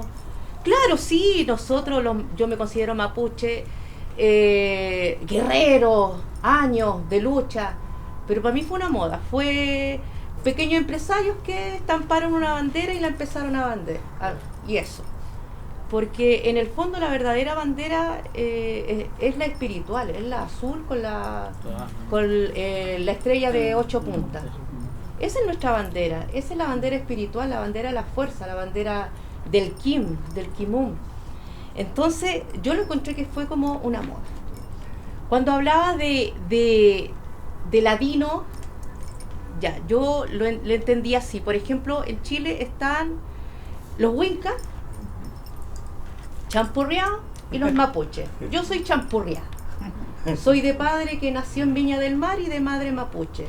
Y me paso a la parte de educación, que lamentablemente mi madre por aquellos años y hoy, que también encuentro que un poquito, también puede ser que nos estén dando un poquito más el paso, pero antiguamente se discriminaba. A mi madre le decían la india, la mapuchita, la india, la negra, ¿ya? Entonces, por ende, no nos enseñó el idioma. Somos 3 hermanos, de los 3 hermanos soy la única que anda así todo el día, tengo mi bandera, tengo mi cultrún, pero no sabía el idioma, educación, no sabía idioma. Entonces por ahí por allá me empecé a meter en pequeños programas, coincidí, no lo hablo fluido, pero por lo menos lo puedo leer. No lo entiendo muy bien, pero lo puedo interpretar. Y a la Namuel, Juanita, que no le gusta que le digan Namuel, aquí a la ñaña, o la Namuel, la conocí en una actividad que se hubo acá. Y yo ando buscando una agrupación para poder participar, porque yo estoy con todo eso de entregar. Ahora, me dijeron que tenía bonita voz, por eso yo hoy día, una pequeña, como para que ya se relajen, se suelten un poco, y porque el cultrún ya se enfrió un poquito, les voy a interpretar una canción indígena, original de Sofía Painequeo. La escuché hace muchos años atrás y quedé maravillada. Dije, algún día la voy a poder cantar. Y cuando aprendí a leer, porque todavía no lo hablo bien, pude sacar la canción. Inhalen y exhalen.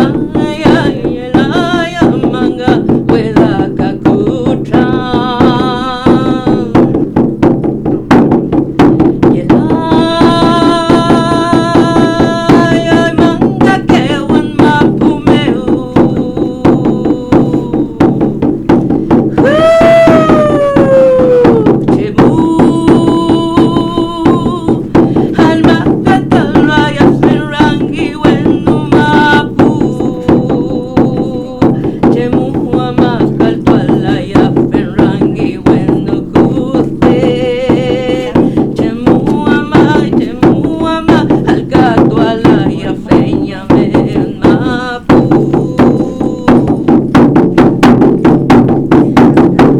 Yeah, yeah, yeah, yeah, yeah, yeah.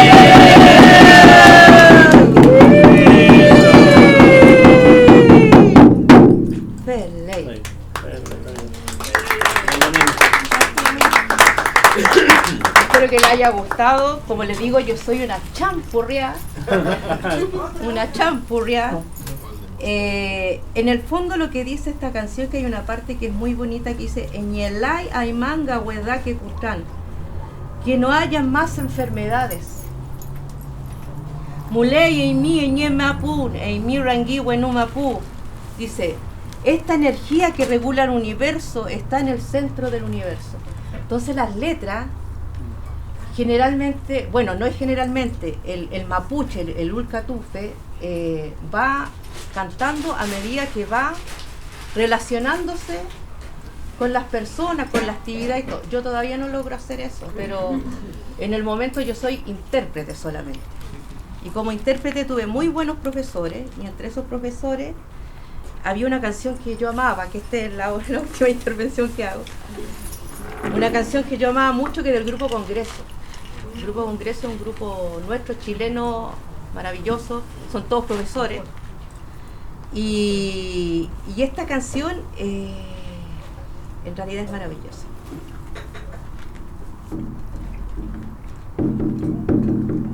Quizás la reconozcan. Amule kaitu tani yasku, amule kaitu tani no chiayeka, cheno rumele likeli wenmu, katani ne wichachen lelika, katani ne wichachen lelika. Amule tani trekantu kintripantu reke, kachikut kulen raki antu, ona fikinye amule yu reke, letkechi amutui kaukindungun reke, letkechi amutui kaukindungun reke.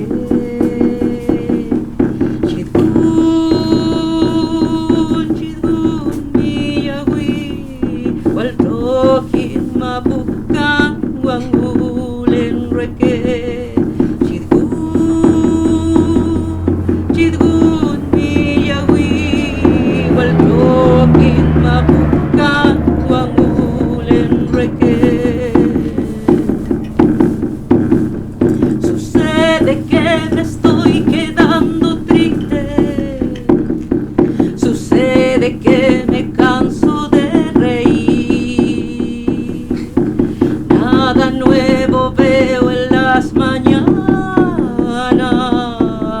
ni en tus ojos de ayer, ni en tus ojos de ayer.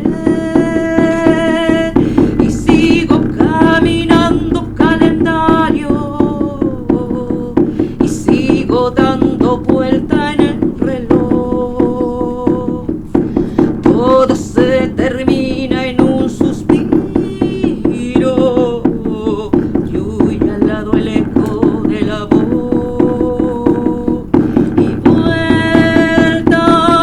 Y vuelta, planetas y estrellas. Chidgun, chidgun, miyawi, walroki, mapukan, wangulen reke. Yeah, yeah, yeah, yeah.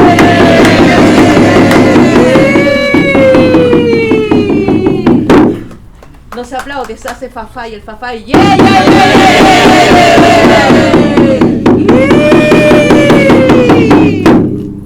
Eso es. Feley, tanto más por escucharme. Agradecida de permitirme, que fue un pequeño oratorio de espero que le haya gustado a los profes. Bueno, Mañula bien, gracias Santiago por tu Gracias espacio. a todos A usted también por resistir aquí y organizar esto también. Te agradezco a tu disposición. Y lo que un poco le decía a Santiago, que cuando llegó a Chile también a su esposa, que pasa muy a veces más anónimo el papel de la mujer mapuche en la organización, en la resistencia y en el activismo, ¿no? La primera convención fue un triunfo casi de las puras mujeres mapuche, los hombres estaban ahí, uno nomás ganó, los otros estaban por la pariente, pero también lo que ustedes hacen acá en los territorios, también, yo igual es importante reconocer el trabajo político, cultural y social, y siempre esa fuerza y esa ganas que usted ha tenido de seguir manteniendo el espacio y abrirlo aquí a esta actividad también para nosotros. Así que yo se lo agradezco a todos de corazón también por todo eso. Gracias a ti, Fernando. Es que yo soy mapuche nacida y criada en Santiago, ¿ya? Las mapuches urbanas, que se dice, o las mapuches de la guardería, que le dicen cuando nos miran, porque también la discriminación existe entre nosotros, entre el sur y acá en Santiago también, pues. Más encima, no me he visto como mapuche, pero tengo mi nehuén. Yo no necesito vestirme para tener mi nehuén, porque hay muchas hermanas mapuches que dicen que me vestí, y cuando me estaba vistiendo me llegó el nehuén. Yo soy burlesca, pero yo no necesito vestirme para sentir mi nehuén. Yo vivo acá en Peñalolén, soy, como dice Fernando, yo soy política. Me encanta la política, me encanta la calle. Y la calle es donde se ve la realidad. Aquí está mi concejala, amiga concejala, que ella también es de la calle. Y ahí está, mira, la María Eliana, que ella es jefa de las bibliotecas de Peñalolén. Y ella está Luchito, que es el encargado de la biblioteca de acá del centro ceremonial. Y me encuentro tan agradecido también de ellos, que todas las actividades que he hecho yo acá, ellos siempre han estado conmigo. ¿Ya? El Mauro también está allá ahí en los micrófonos, pero le agradezco mucho la participación. Me encanta, a mí me encanta porque yo me nutro.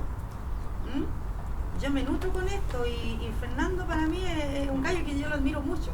No sé, todavía no se me ha caído a mí. No hay un pero me encanta a mí, por ser ahora hice un conversatorio acá para la expo. Porque todos hacen talleres de sopaipilla, talleres de catuto, talleres de cositas de esas, para hacer cositas, y yo hago conversatorios políticos. Maravilloso. Entonces me resultó súper bien, vino la encargada del ministerio, la que acoge todas las consultas indígenas del gobierno, del Estado. Vino del Ministerio de la Cultura, vino Salvador Millaleo, vino una amiga, la María Elena Copia, Licarantay, consejera, y así me muevo así cuando voy. Mira, el otro día la conocí a la Lamien, tiene que ir y ¿dónde está? Entonces ya ahí vamos haciendo más redes, nos vamos juntando, vamos viendo otras temáticas de otras. El otro día vinieron de Colina, que eran más ignorantes que yo cuando yo empecé mi tema indígena, ¿ya? Y es tan rico de estar con ellas ahora porque yo me encuentro grande para yo guiarlas también a ellas. Y ellas de Colina, lo único penca que tienen la alcaldesa de la UDI. Pero son muy ricas las cosas. Así que bueno, gracias a todos. La hicimos a esta hora también porque hoy día es la última cuenta pública de la alcaldesa. Entonces, como esto es un centro ceremonial, pero pertenece a la municipalidad de Peñalolén, entonces no podemos hacer las cosas al mismo horario. Entonces, por eso lo tuvimos que correr a las 4 de la tarde y hay mucha gente que a las 4 no puede. Encima día de semana. Todo. Pero igual nomás le agradezco mucho a todos. Y Cito lo mismo, Fernando, todo lo que queráis tú acá está. Y cuando yo te necesite también tenés que estar. Así que... Así es la reciprocidad. Gracias.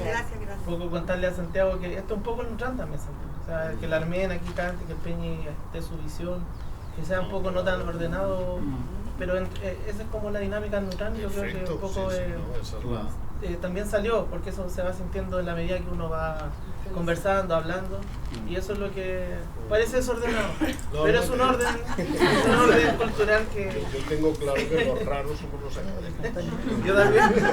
Que nos tenemos que poner y leer durante 20 minutos, mañana. Esto es lo natural, esto es lo normal. Así que platicar, ¿no? El canto de la Lamien es de verdad que es algo que apareció ahí por lo que se fue sintiendo en la conversación. Así que poco Yo agradecido. le agradezco a usted que me escucharon. Lindo, gracias también. Precioso. Sí. Muchas gracias por venir, por conversar. Tenemos mañana otra actividad que también es abierta. Si quieren ir, están cordialmente todas y todos invitados. Va a ser en la Casa Central de la Universidad Católica. No le tengan miedo, no pasa nada. Yo sé que parece que no se pudiera entrar, pero se puede entrar. Va a ser Gaby, acuérdame la hora, a las 6. A las 6, en la Alameda, en el Metro Universidad Católica, va a estar Santiago, va a estar Adán Vega, que es muy interesante. Él participó en el Acuerdo de Paz en Colombia, escribió el capítulo étnico en el Acuerdo de Paz. Mañana va a exponer. Va a estar la diputada Erika Ñanco, bueno, ahora se juntaron todos en el mismo partido, pero del Frente Amplio. La Lamien Verónica Figueroa Huenchu, académica también y senadora universitaria de la Universidad de Chile. Así que ahí pues nuevamente vamos a hablar sobre el tema, algo que es recurrente, conflicto, paz, y con 2 expositores internacionales, así que están todos invitados para que vayan mañana. ¿En qué sala? Va a ser en el salón... En el Salón de Honor. En el Salón de Honor. Subiendo la escalera que salía del Canal 13. Sí, mucho más aburrido. Sí, Salón de Honor de la... No iba a cantar, lamentablemente. Así que bienvenidos mañana también, para que vayan. Muchas gracias. Gracias. Gracias.